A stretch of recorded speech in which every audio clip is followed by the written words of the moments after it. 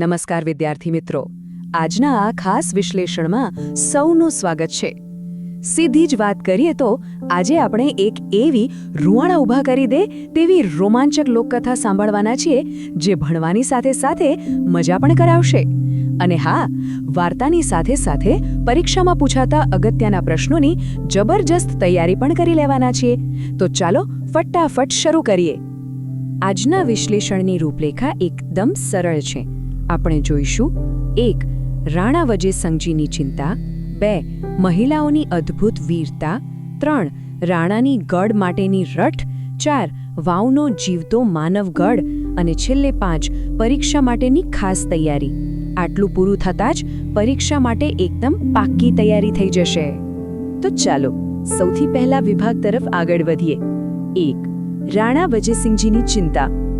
હવે આગળ વધતા પહેલા એ સમજવું બહુ જરૂરી છે કે લોકકથા આખરે કહેવાય કોને.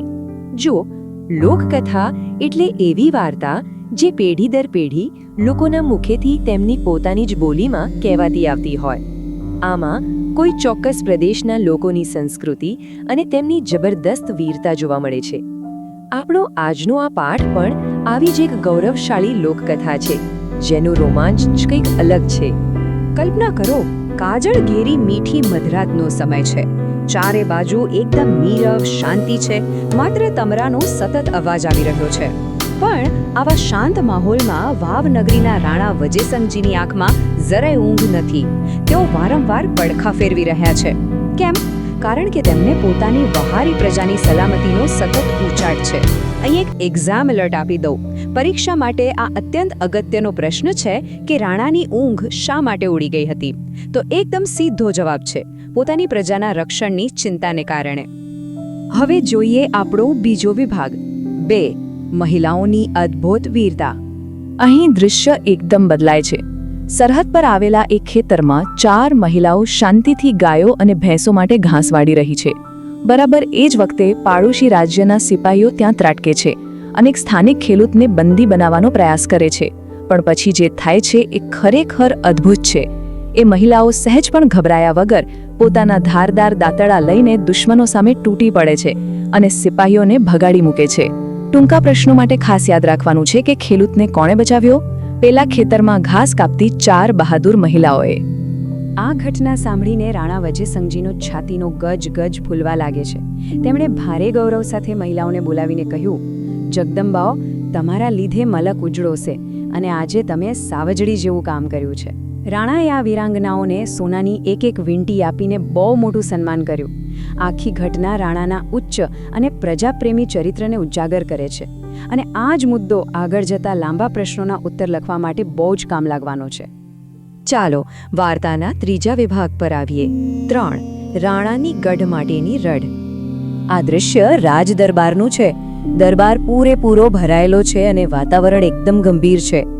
રાણાએ ભરેલી સભામાં પોતાનો એક મોટો પ્રસ્તાવ મૂક્યો.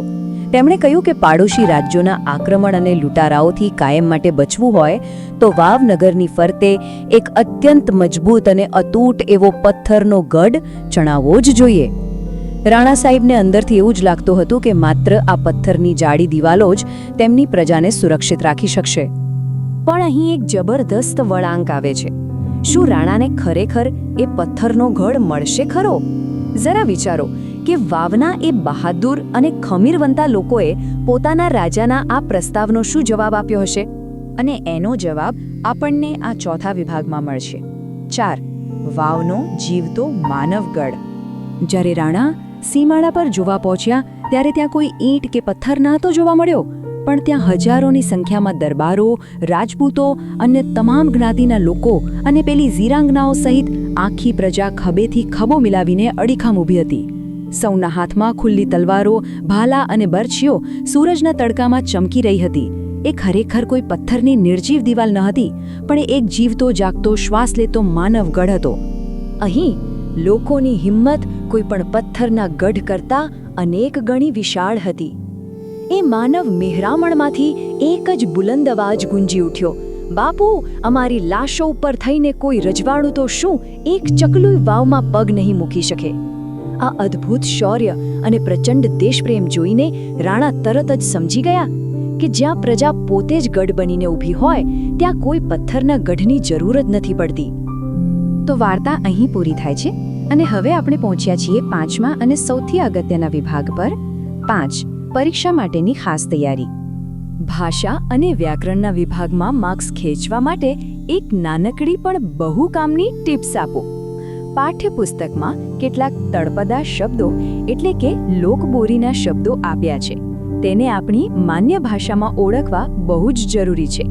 દાખલા તરીકે વાર્તામાં વપરાયેલો શબ્દ સે નો અર્થ માન્ય ગુજરાતીમાં છે એવો થાય છે અને અહીંયા એટલે અહીં. બસ આવા શબ્દોને પકડી લેશો તો વ્યાકરણના પ્રશ્નો ચપટી વગાડતા સાચા પડશે. ચાલો હવે સીધા ટૂંકા પ્રશ્નો પર નજર કરીએ. પહેલો પ્રશ્ન, રાણાની ઊંઘ શા માટે ઉડી ગઈ? એકદમ સરળ જવાબ છે, કારણ કે તેમને પાડોશી રાજ્યોના હુમલા અને પોતાની પ્રજાની સલામતીની ચિંતા સતાવતી હતી. બીજો પ્રશ્ન, ખેડૂતને કોણે બચાવ્યો? હા, પેલા ખેતરમાં ઘાસ વાળતી 4 બહાદુર મહિલાઓએ પોતાના દાતરડાથી. અને ત્રીજો પ્રશ્ન, પ્રજાએ હારમાળા શા માટે બનાવી? રાણાનો ભય કાયમ માટે દૂર કરવા અને પોતે જ માનવ ગઢ બનીને રક્ષણ કરવાની ખાતરી આપવા. વાર્તાના દ્રશ્યો મગજમાં રાખશો તો જવાબો આપમેળે ગોઠવાઈ જશે. 5 માર્ક્સના લાંબા પ્રશ્નોમાં રાણા વજીસંઘજીના પાત્ર વિશે અચૂક પૂછાઈ શકે છે. આ જવાબને મસ્ત રીતે 3 મુદ્દામાં વહેંચી દેવાનો. પહેલું, તેઓ પ્રજાના સાચા પાલક હતા. રાત્રે ઊંઘવાને બદલે પ્રજાની ચિંતા કરતા. બીજું, દુકાળના કપરા સમયે તેઓ સામે ચાલીને પ્રજાનો વેરો માફ કરી દેતા. અને ત્રીજું, તેમણે મહિલાઓની વીરતાને ખુલ્લા દિલે બિરદાવી અને સોનાની વીંટી આપીને સન્માન કર્યું. આ 3 મુદ્દાઓ પોઈન્ટ ટુ પોઈન્ટ લખશો એટલે પૂરા માર્ક્સ પાક્કા. સમજો. બીજો એક જબરદસ્ત લાંબો પ્રશ્ન વાવની પ્રજાની વીરતા અને ખુમારી વિશે પૂછાઈ શકે. તેમાં પણ આપણે 3 ઉદાહરણો ખાસ લખવાના. 1, મહિલાઓનું માત્ર દાતરડા લઈને દુશ્મનો સામે સિંહણની જેમ લડવું. બીજું, રાજ્ય પર સંકટ આવતા તમામ જ્ઞાતિઓ અને વર્ગોનું ભેદભાવ ભૂલીને એક થઈ જવું. અને અંતે, સીમાડા પર હથિયારો સાથે રાણા માટે અજેય એવો જીવતો માનવ ગઢ બની જવું. આટલું લખશો એટલે આખા પાઠનો સાર એમાં આવી જશે. અને છેલ્લે પાઠ્યપુસ્તકમાં એક બહુ સુંદર પ્રશ્ન આપ્યો છે જે આપણને બધાને વિચારતા કરી દે છે. આપણે આપણા રાજ્ય કે ગામ માટે શું કરી શકીએ? આ પાઠ માત્ર ગોખવા માટેની ઇતિહાસની વાર્તા નથી, પણ એક એવી પ્રેરણા છે કે જ્યારે પણ જરૂર પડે ત્યારે દેશ માટે આપણે સૌએ એકજૂટ થઈને ઊભા રહેવું જોઈએ. મને પૂરો વિશ્વાસ છે કે આજના આ વિશ્લેષણથી પરીક્ષાની તૈયારી એકદમ જક્કાસ થઈ ગઈ રહેશે. તો ચાલો આજના માટે આટલું જ. વિચારતા રહો, શીખતા રહો અને પરીક્ષા માટે ઓલ ધ બેસ્ટ.